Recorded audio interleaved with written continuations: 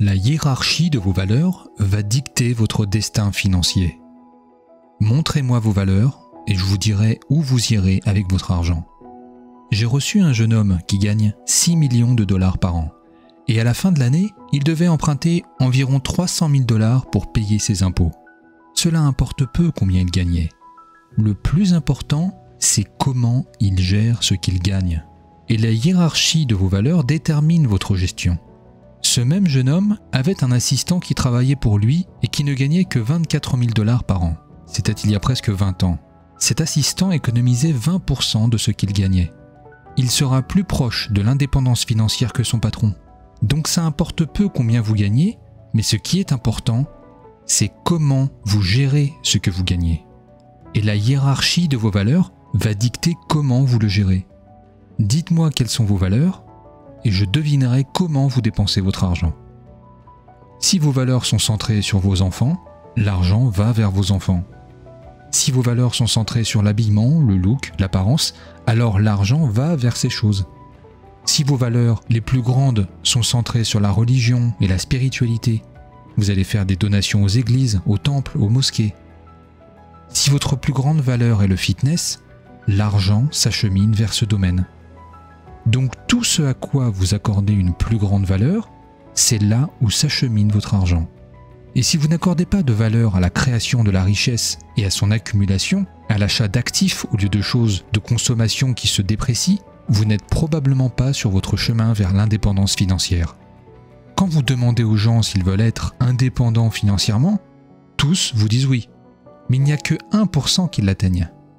J'ai découvert que ce 1% accorde une grande valeur à la création de la richesse et ils préfèrent économiser leur argent et l'investir dans ce qui continue à croître en valeur au lieu de se noyer dans les consommations à court terme.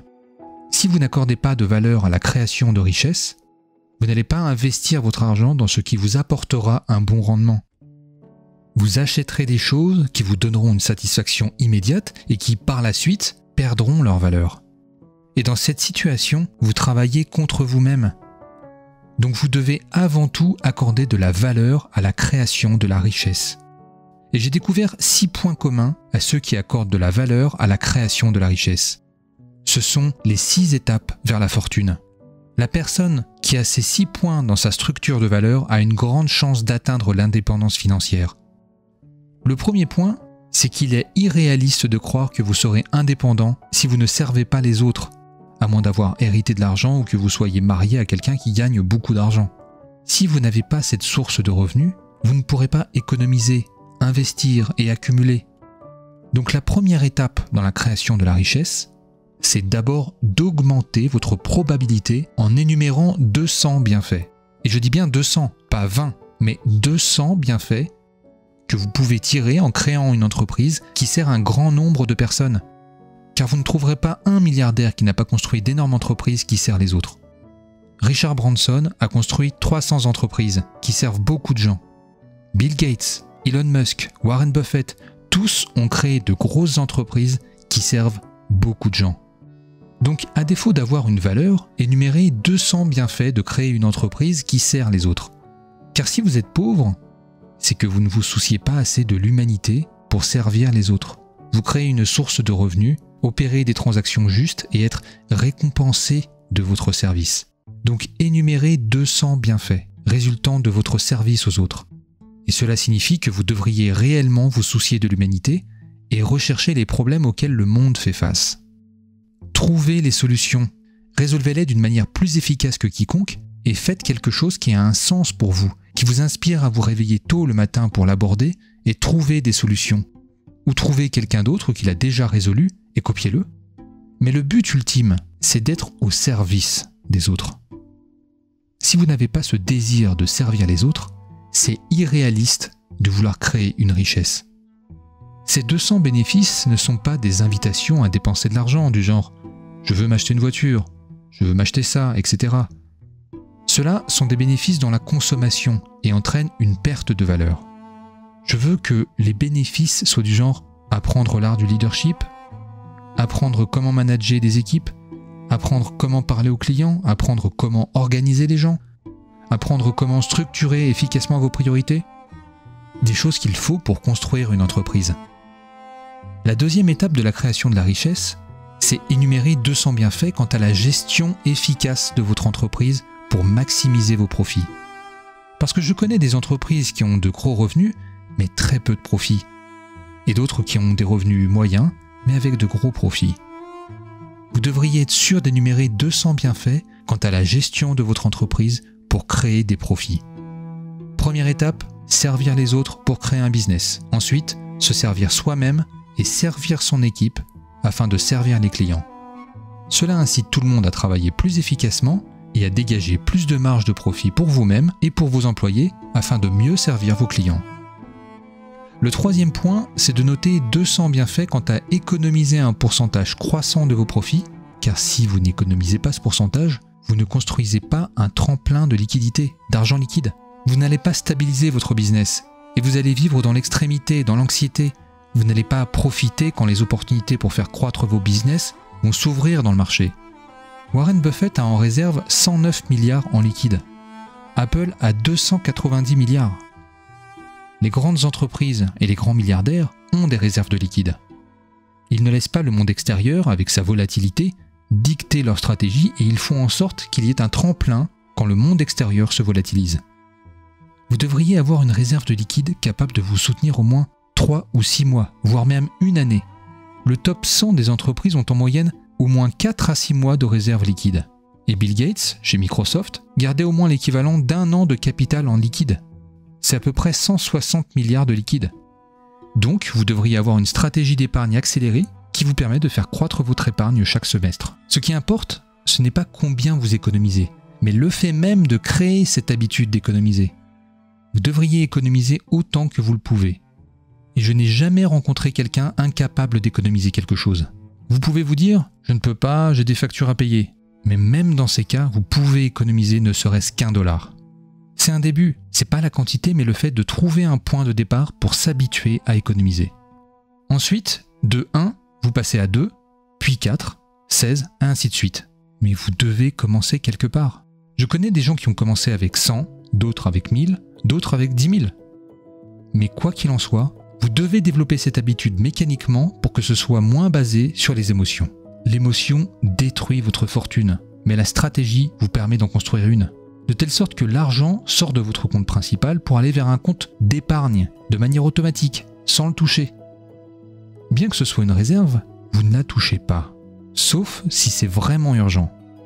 C'est sorti de votre poche et ça rentre dans votre épargne. Ça travaille pour vous maintenant. Si vous ne l'économisez pas et ne l'investissez pas, vous continuerez à travailler toute votre vie pour de l'argent sans que l'argent travaille pour vous. Donc vous devriez écrire ces 200 bienfaits découlant du fait d'économiser et de faire croître l'épargne. De toutes les choses que j'ai dû faire pour faire croître mon business, celle-ci est la plus décisive et m'a permis de faire croître ma fortune. Faites des économies et faites croître vos économies. Ensuite, accélérez le processus. La seconde où vous devenez confortable dans vos économies, poussez un peu plus. Augmentez de 10% chaque trimestre. En 2 ans, vous allez doubler vos économies par le biais des intérêts composés. Vos économies vont croître exponentiellement sur le long terme. La 4e étape, c'est de noter 200 bénéfices découlant du fait d'apprendre à faire usage des effets de levier et apprendre à investir à un niveau supérieur. Monter en échelle, accroître vos rendements pour avoir accès à des effets de levier puissants.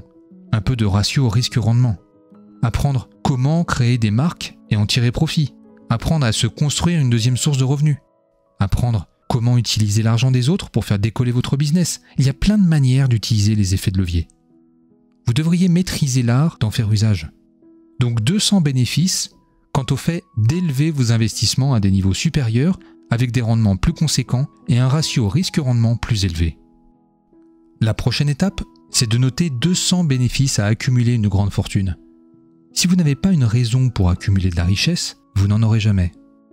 La liberté financière n'est que le début. Quand vous atteignez cette liberté financière, vous vous dites « Ok, j'ai la liberté, que faire maintenant ? Qu'est-ce que je veux pour mes enfants ? Qu'est-ce que je veux faire pour ma famille ? Qu'est-ce que je veux faire pour ma communauté ? Qu'est-ce que je veux faire pour le monde ?» Vous devez commencer à penser grand et noter 200 bénéfices qui en découlent. Si vous le faites, c'est parfait. Sinon, la seconde où vous atteignez l'indépendance financière, vous allez vouloir acheter des choses, des habits, et cela va vous ruiner. La 6e étape, c'est de créer une cause financière qui laissera derrière vous un héritage. Cela nous ramène à avoir une cause, un pourquoi. Plus grande est la cause, plus grand sera le potentiel d'amasser une fortune. Si vous avez une grande cause, vous allez vous pousser vous-même à agir. Et c'est incroyable ce que vous pouvez faire quand vous avez quelque chose qui est important pour vous, que vous n'allez pas laisser quoi que ce soit vous arrêter, même pas votre peur. Supposons que vous ayez une famille et que vous ayez du mal à payer vos factures. Si vous demandez à quelqu'un de l'aide pour payer la scolarité de vos enfants, la réponse sera probablement négative. Mais si vous changez complètement de méthode et exposez une cause plus grande, comme construire un parc dans votre quartier pour la sécurité des enfants, la réponse pourrait être différente. Plus grande est la cause, plus il y a des chances que vous et d'autres personnes souhaiteriez participer et contribuer. Plus votre cause est noble et grande, plus le potentiel financier que vous tirerez de vous-même sera énorme. Il y a quelques années, une dame qui avait réussi dans le monde de la finance m'a consulté parce qu'elle stagnait dans ses revenus. Je lui ai dit que la seule manière pour elle de gagner encore plus, c'est d'avoir une plus grande cause. Je lui ai posé des questions sur ce qu'il restait encore à accomplir dans sa vie si elle devait mourir subitement. Elle a réfléchi et a exprimé le désir d'aider sa mère qui avait beaucoup sacrifié pour elle. En dialoguant avec elle, nous en sommes venus à la conclusion qu'elle voulait lever des fonds pour construire un grand théâtre dans sa ville de Houston. Un projet qui pourrait coûter presque 100 millions de dollars. Parce que sa cause était grande, elle a tout initié et la construction a pris 6 ans. Sa mère était toujours en vie. Elle s'est arrangée pour que sa mère soit présente à la cérémonie d'ouverture du théâtre et du fait de cette cause, son revenu est passé de 18 000 dollars par jour à 45 000 dollars par jour parce qu'il y avait une cause plus grande qu'elle-même. Avoir une cause, avoir une raison, avoir un pourquoi assez significatif pour se créer une fortune pour soi-même et pour ceux que vous aimez. Votre famille, votre communauté, votre pays, le monde entier est essentiel. Plus grande est la cause, plus grande est la chance que vous ferez le nécessaire pour économiser, investir et accumuler de l'argent pour cette cause. La liberté financière, c'est sympa, mais ce n'est que le début. Vous pouvez l'atteindre, mais vous avez besoin d'une cause noble pour vous amener à faire quelque chose d'extraordinaire. Peut-être que vous voulez aller sur Mars comme Elon Musk, ou construire une nouvelle ville. Mais quoi qu'il en soit, vous avez besoin d'une cause pour construire une grande fortune. Donc, construire un business qui sert un grand nombre de personnes, arranger le business de manière à en tirer et maximiser vos profits, s'assurer d'économiser un pourcentage croissant de vos profits, investir dans quelque chose qui dispose d'un haut effet de levier, puis accumuler une grande fortune, et enfin se créer une cause pour continuer à la faire croître sont des étapes cruciales. Le fait de noter 200 bénéfices de tout ce qui vient d'être dit va accentuer l'accumulation de la richesse comme l'une de vos plus hautes valeurs et accroître vos chances de saisir les opportunités, de prendre des décisions financières en votre valeur et vous inspirer à agir. Parce que si vous avez le contrôle de vos décisions, de votre perception et de vos actions, si vous accordez une grande valeur à quelque chose, vous serez conscient, rapide et plus efficace. Je n'ai jamais vu des gens qui accordent de la valeur à tout sauf à l'argent et en même temps avoir une liberté financière parce qu'ils dépenseraient leur argent dans ces autres choses. Alors chacun de nous a sa richesse sous la forme de ce qu'il valorise le mieux. S'ils n'accordent pas de la valeur pour la création de la richesse, ils accordent leur valeur à autre chose qui implique toujours un aspect financier. Et cette forme financière est la plus répandue. C'est celle que tout le monde cherche. Donc c'est à votre avantage d'exécuter ces 6 étapes de la création de la richesse. Et sur ce parcours, vous pouvez stagner à un niveau de revenu. Notez-le quelque part, prenez une pause, puis revenez. Les gens qui ont pris le temps pour agir et insister ont noté les 200 bénéfices, non pas pour dépenser, mais pour économiser. Si vous notez les 200 bénéfices que pour l'intention de dépenser de l'argent, vous allez travailler contre vous-même. La plupart des gens, vous les voyez avec ces luxueuses voitures, et là vous vous dites « Oh mon Dieu, ils doivent être riches ». La réalité, c'est que beaucoup d'entre eux sont fauchés. Ils vous montrent une fausse réalité.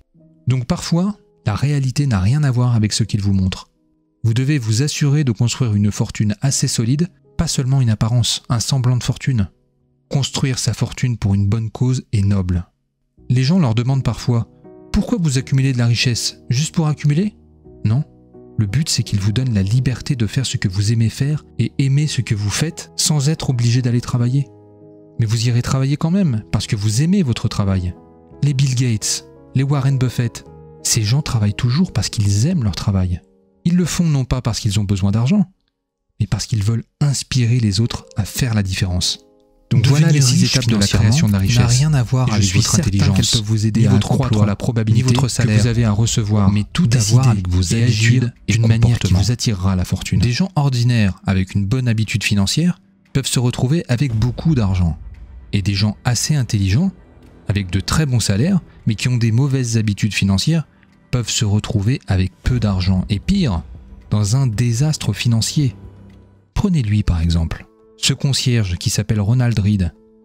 Il avait 8 millions de dollars alors qu'il était toute sa vie concierge et agent de ménage. Voici comment il a fait. Il n'a pas gagné au loto ou volé quoi que ce soit. Il a juste développé des bonnes habitudes financières que n'importe qui peut développer. Il a économisé assez d'argent sur une longue période et il a investi patiemment. La réussite financière n'est pas une compétence technique. C'est une agrégation de simples habitudes que Morgan Housel appelle la psychologie de l'argent. La physique est guidée par les lois, la finance est guidée par les comportements humains. Pour comprendre la dette, vous n'avez pas besoin de chercher à comprendre les taux d'intérêt et toutes ces autres données qui rendent la finance compliquée. Vous n'avez qu'à comprendre l'avidité des hommes. Pour comprendre le succès d'un entrepreneur comme Bill Gates, vous n'avez pas juste à regarder ce qu'il a fait, c'est-à-dire travailler avec acharnement, prendre des risques, payer le prix de son succès, mais également la chance et les avantages qu'il avait et que tout le monde n'a pas. La première leçon de richesse à tirer de la psychologie de l'argent est que pour avoir du succès dans votre vie, vous devez payer le prix. Rien n'est gratuit. Vous devez payer le prix de la réussite. Si vous allez dans un magasin acheter un produit, vous devez payer le prix pour ce que vous voulez avoir. Si vous achetez un ordinateur, vous devez payer le prix. Rien n'est gratuit. La réussite n'est pas gratuite non plus. Vous devez payer le prix. Si vous voulez faire un investissement quelconque, vous devez payer le prix. Tout dans ce monde a un prix. Le seul problème, c'est que tous les prix ne sont pas affichés. Et on voit moins la difficulté quand on est de l'autre côté. Chaque tâche semble facile quand c'est nous qui ne l'exécutons pas. Le défi de combattre un adversaire dans un match de boxe est souvent invisible à ceux qui regardent. Les choses sont souvent plus faciles en théorie qu'en pratique. Si on observe la réussite de certaines personnes, on a tendance à croire que c'est facile. Et on a aussi tendance à dire qu'il faut juste faire ceci ou cela, jusqu'au jour où on essaie pour voir combien tout est difficile. Quand on va acheter quelque chose, on doit payer le prix, mais peu de gens sont prêts à payer le prix pour le succès. Des qualités comme la détermination, le courage, la persistance sont les prix à payer pour tout succès. Posez-vous ces questions. Quel est le prix à payer pour être un meilleur consultant dans votre domaine ? Quel est le prix à payer pour être le meilleur commercial dans votre entreprise ? Quel est le prix à payer pour être le meilleur copywriter ? Personne, aucun footballeur, aucun basketteur, aucun acteur, aucun entrepreneur ne réussit sans payer le prix. Si vous arrivez à identifier le prix à payer pour votre succès, vous n'avez qu'à payer. Et le prix du succès doit souvent être payé en entier et en avance. Ensuite, ne sous-estimez pas la place de la chance et de l'environnement dans la réussite et la création de la richesse. Tout succès est en fait la combinaison de la chance et du travail. Bill Gates, par exemple, a une chance incroyable que seules quelques centaines de personnes dans ce monde en avaient.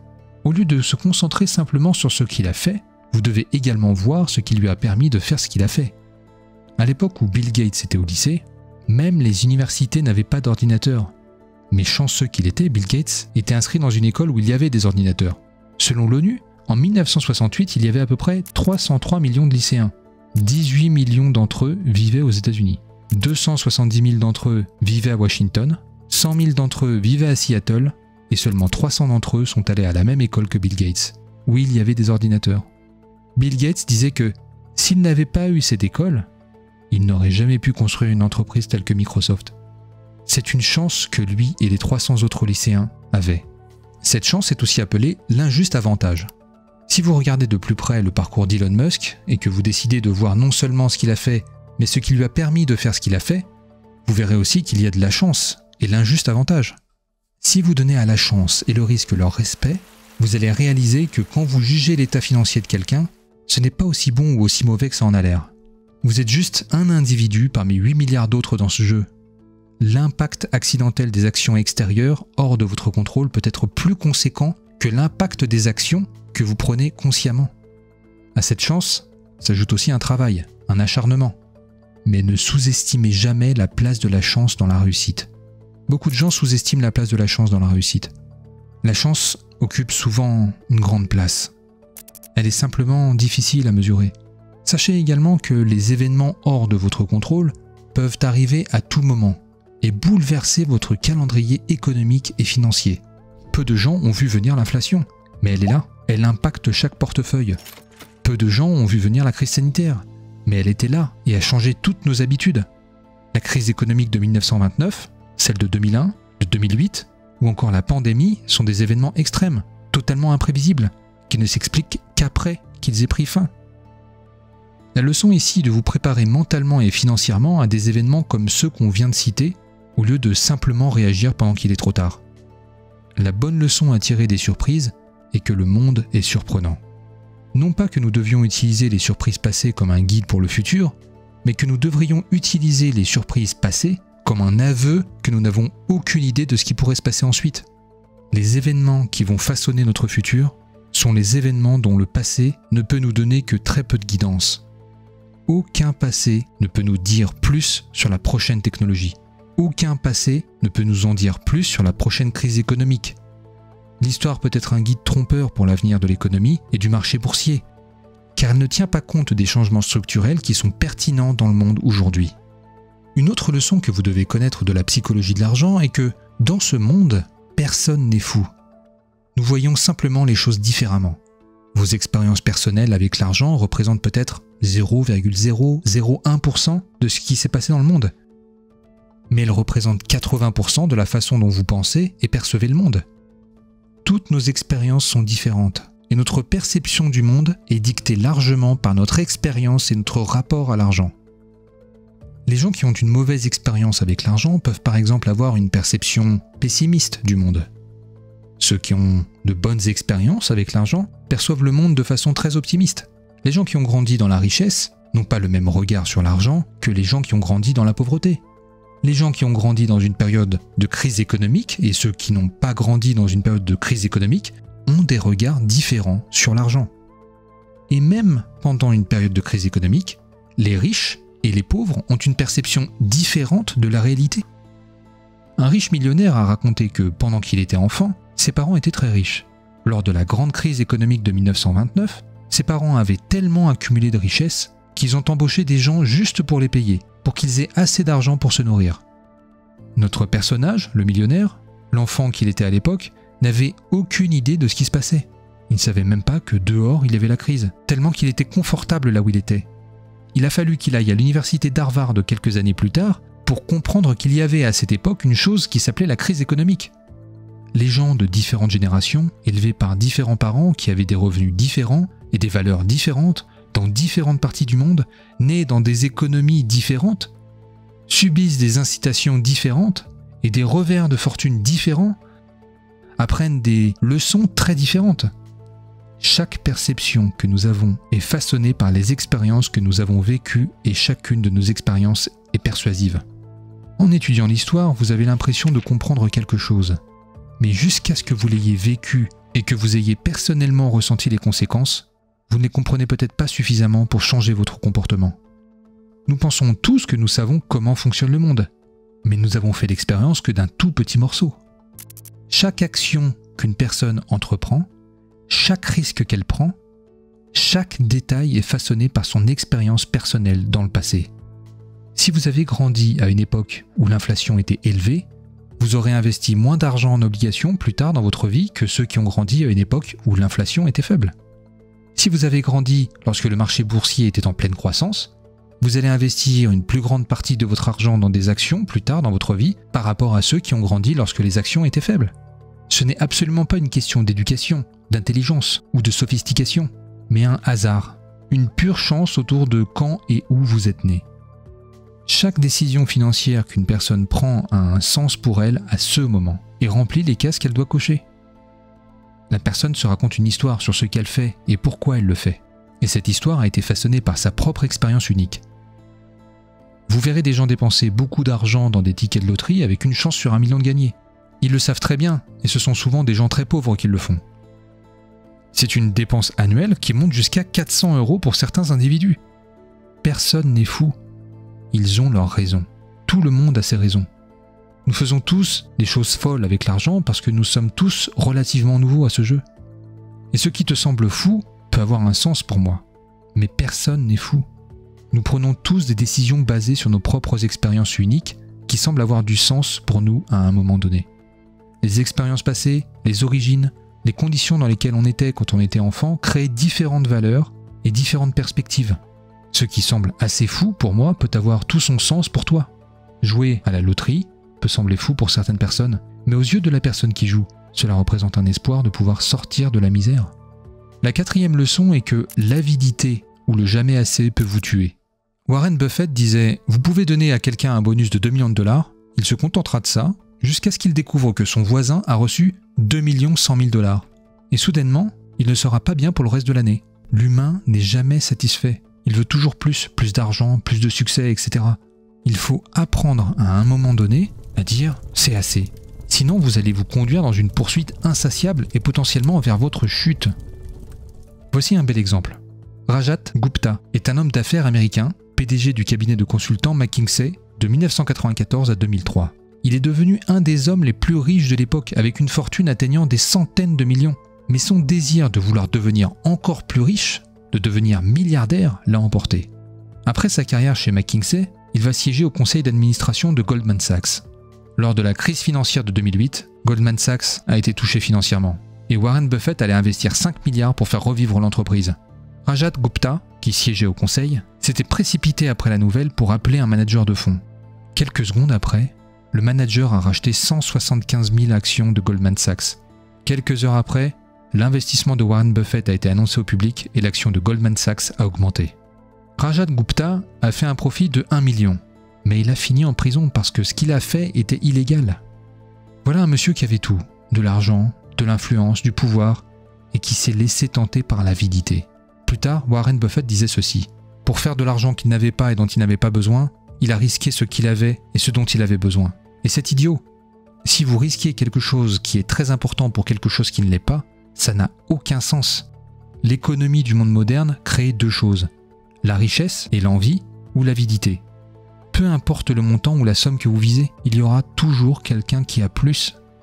Si vous prenez le monde du football, le salaire moyen d'un joueur du PSG est de 499 000 €. C'est une fortune pour beaucoup de gens. Mais si vous comparez ça avec ce que touche Mbappé, ces 490 000 € deviennent insignifiants face à ces 70 millions de revenus annuels, ce qui est beaucoup plus d'argent. Et si vous allez beaucoup plus loin, en comparant ça à d'autres fortunes, comme Elon Musk par exemple, qui a gagné plus d'1 milliard par mois ces 2 dernières années, vous verrez que c'est jamais assez. Vous devez apprendre à dire assez, c'est assez. Si tu comprends ce qui va être dit dans cette vidéo, tu ne seras jamais pauvre. L'espèce humaine a toujours été composée des riches et des pauvres. Depuis la nuit des temps, notre race a toujours été composée des nantis et des démunis. Earl Nightingale était obsédé par le désir de savoir ce qui séparait les nantis et les démunis. Étant lui-même pauvre, démuni, il voulait comprendre cette chose invisible qui séparait les riches et les pauvres. Il voulait savoir pourquoi, dans un pays très riche, si peu de gens parvenaient à s'en sortir financièrement, alors que d'autres s'en sortaient très très bien. La réussite est accessible à tous. Si tu veux réellement réussir et que tu insistes, tu vas réussir.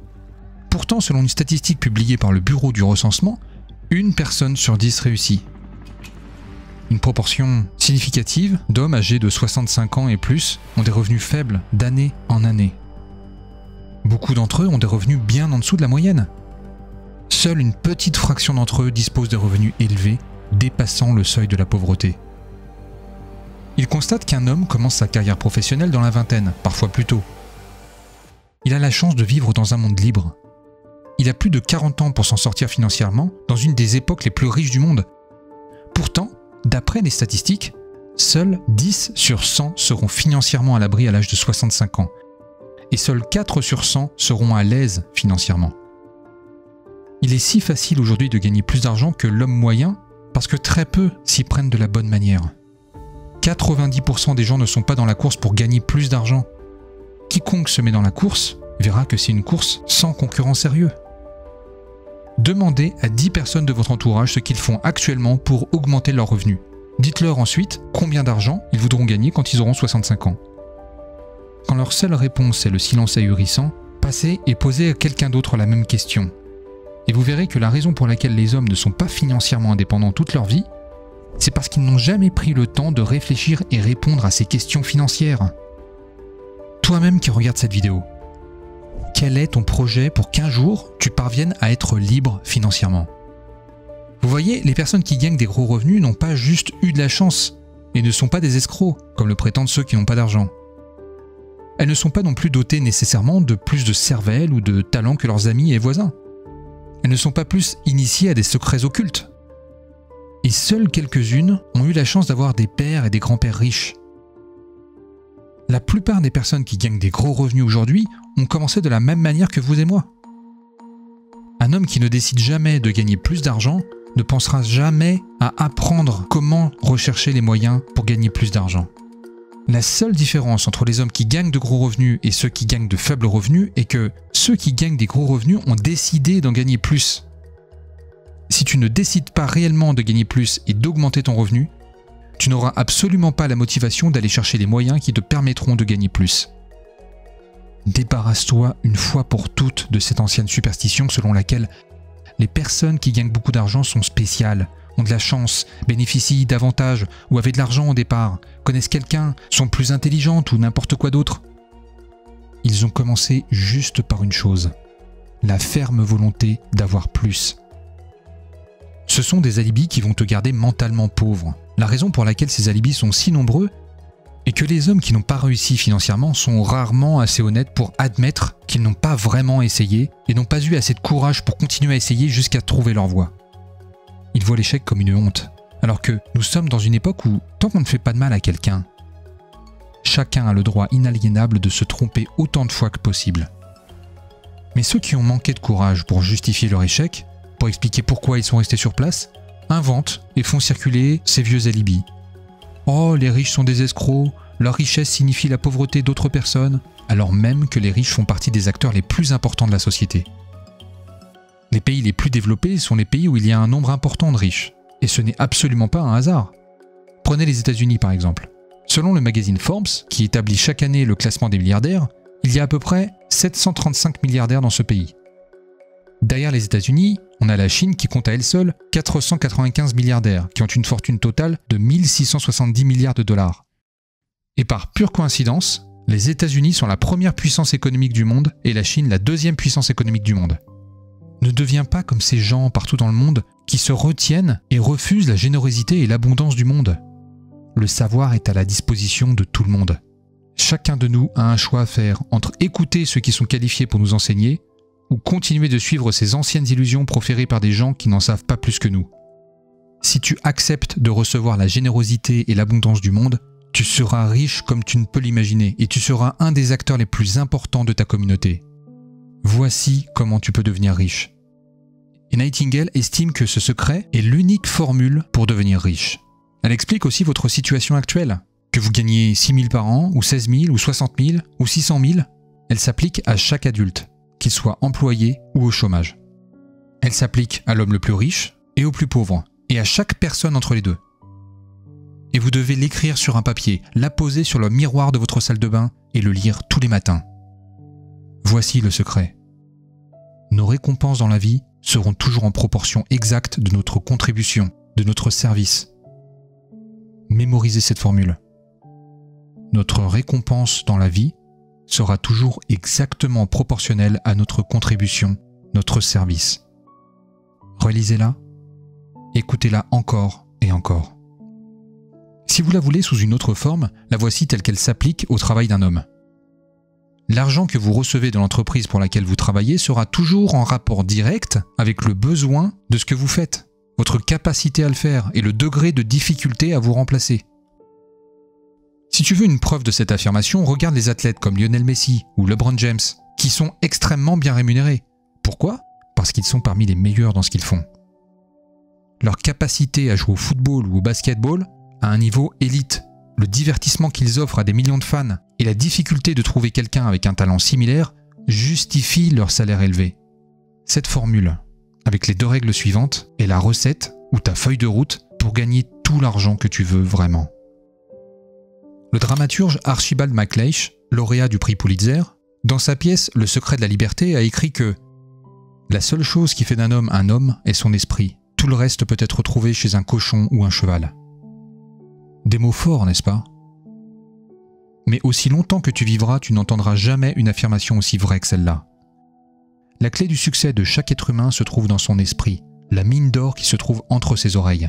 Une seule idée peut te rendre riche. De multiples idées brillantes peuvent te propulser constamment dans ta carrière. Et ces idées ne coûtent rien.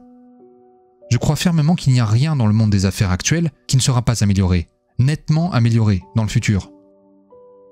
Et chaque innovation, chaque nouvelle amélioration sera l'invention de quelqu'un. Maintenant, quelle est ta spécialité? Combien de bonnes idées as-tu eues au cours de l'année écoulée? Si tu continues comme par le passé, où seras-tu? Et que gagneras-tu, disons, dans 1 an, dans 5 ans? Chaque jour de notre vie, nous passons devant plus d'opportunités que nous ne pourrions en développer au cours de 50 vies différentes. Au XXe siècle, Lewis a écrit « Vous pouvez kidnapper un homme, lui bander les yeux, l'emmener dans n'importe quelle ville du pays, à quelque exception près, l'asseoir sur une chaise dans le centre-ville, lui enlever son bandeau et lui donner une chance de gagner sa vie. Ensuite, enlever son bandeau et il pourrait rester assis là 1 semaine sans être capable de vous dire dans quelle ville il se trouve. Les rues se ressemblent toutes, les bâtiments sont tous semblables, les commerces se ressemblent tous, et c'est encore largement vrai aujourd'hui. La raison est que la plupart des hommes d'affaires de ce pays jouent à un jeu appelé « Suivez le suiveur ». Si un homme se lance dans les affaires, quel que soit son secteur d'activité, il doit s'assurer que l'extérieur et l'intérieur de son établissement ressemblent exactement à tous les autres établissements de ce type existant dans le pays. Il pense que s'il réussit, il réussira aussi. Mais il oublie une chose. Il oublie que l'homme qui a ouvert le premier établissement de ce type, ou l'homme qui a le plus de succès dans le secteur, n'a pas eu d'établissement à imiter. Il a commencé quelque chose de nouveau. Il a été un innovateur. Et c'est l'innovateur dans chaque domaine qui récolte les plus grandes récompenses. Les innovateurs sont ceux qui voient les opportunités que les autres ne voient pas. Ils ne suivent pas la foule. Ils tracent leur propre chemin, créent leur propre niche. Et c'est là que réside le secret de la richesse et du succès. Si vous voulez vraiment vous démarquer, si vous voulez vraiment réussir, vous devez être prêt à penser différemment. Vous devez être prêt à faire ce que d'autres ne sont pas prêts à faire. Prenons l'exemple d'Elon Musk. Il n'a pas suivi le mouvement en créant une autre entreprise automobile traditionnelle. Il a vu une opportunité dans les voitures électriques et a créé Tesla. Il n'a pas suivi le mouvement en créant une autre entreprise aérospatiale traditionnelle. Il a vu une opportunité dans les voyages spatiaux commerciaux et a créé SpaceX. Et regardez où il en est aujourd'hui. La clé est de ne pas avoir peur de penser différemment, de ne pas avoir peur de prendre des risques, de ne pas avoir peur de l'échec. Parce que c'est en échouant que nous apprenons. C'est en échouant que nous grandissons. C'est en échouant que nous trouvons notre véritable chemin vers le succès. Si vous voulez vraiment réussir, si vous voulez vraiment être riche, vous devez être prêt à penser différemment. Vous devez être prêt à être un innovateur. Vous devez être prêt à voir les opportunités que les autres ne voient pas. Et vous devez être prêt à agir en conséquence. À une époque de crise économique, un vendeur de bois de New York prospérait pendant que d'autres faisaient faillite. Quand on lui demandait son secret, il disait « Chaque soir, je prends un moment seul, je m'assois et je réfléchis. Comment mon business fonctionnera dans 10 ans? Ensuite, je commence à le faire dès aujourd'hui. » Au lieu de juste suivre les autres, il innovait. Il faisait ce que l'homme sait faire de mieux, créer. Une entreprise qui se développe au rythme de 10% par an doublera sa taille en moins de 8 ans. Mais un homme peut améliorer son efficacité de 50 ou 100% par an. Les experts nous disent que chacun d'entre nous possède en lui de profonds réservoirs de capacités, voire de génie, qu'il a l'habitude de ne pas utiliser. Pour exploiter ton potentiel et accéder à ces zones riches en profit, commençons dès maintenant. Voici une méthode que Nightingale te suggère pour stimuler ta réflexion. Lève-toi un peu plus tôt chaque jour. Ce simple changement te donne un avantage que 95% des gens ignorent. Se lever 1 heure plus tôt te donne 6 semaines et demie de temps supplémentaire par an. Après t'être levé, prends une douche vivifiante. Savoure une tasse de café chaud. Ensuite, assieds-toi avec une feuille de papier vierge. En haut, note ton objectif financier annuel. celui que tu aimerais atteindre prochainement. Garde cet objectif pour toi, c'est personnel. Puis réfléchis à ce que cet objectif signifierait pour toi et tes proches. Essaye de lister des idées qui pourraient t'aider à l'atteindre. Pense à des améliorations pour ton travail actuel. Si tu veux augmenter tes revenus, réfléchis à comment tu peux apporter plus. Souviens-toi que ce n'est pas le travail qui a de l'avenir, c'est toi.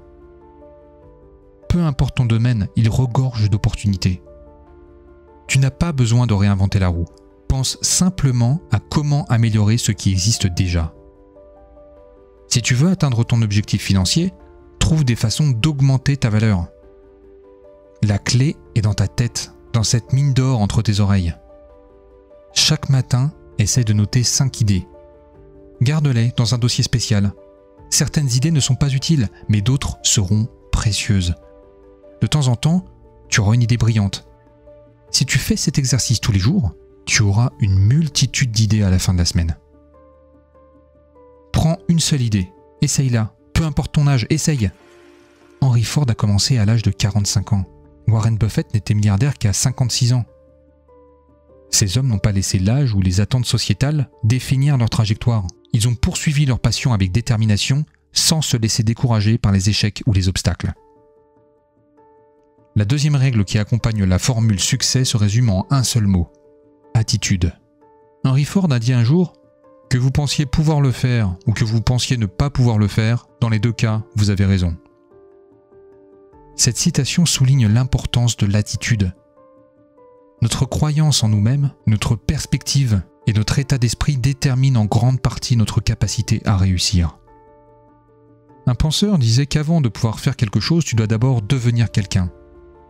En agissant comme la personne que tu désires être, les choses que cette personne posséderait viendront naturellement à toi. C'est une simple loi de cause à effet. Commence dès maintenant à te comporter comme la personne que tu désires ardemment devenir. Pas à pas, à travers des détails subtils, que ce soit dans ta façon de t'habiller, de parler ou dans la courtoisie constante que tu offres à chacun, tu te transformeras en cette personne. Agis comme si tu avais déjà réalisé ce que tu vises. Ne te précipite pas. Ériger un gratte-ciel demande plus de temps que de monter un poulailler. Construis doucement, avec constance et qualité. Et une fois que tu auras atteint le succès, tu le conserveras et resteras au sommet. Sois toujours méfiant des plans qui te promettent une richesse rapide ou des triomphes instantanés. Si tu comprends que ta récompense dans la vie sera proportionnelle à ta contribution, à ton service, tu n'as absolument plus aucune raison de rester pauvre. Alors commence par servir dès aujourd'hui.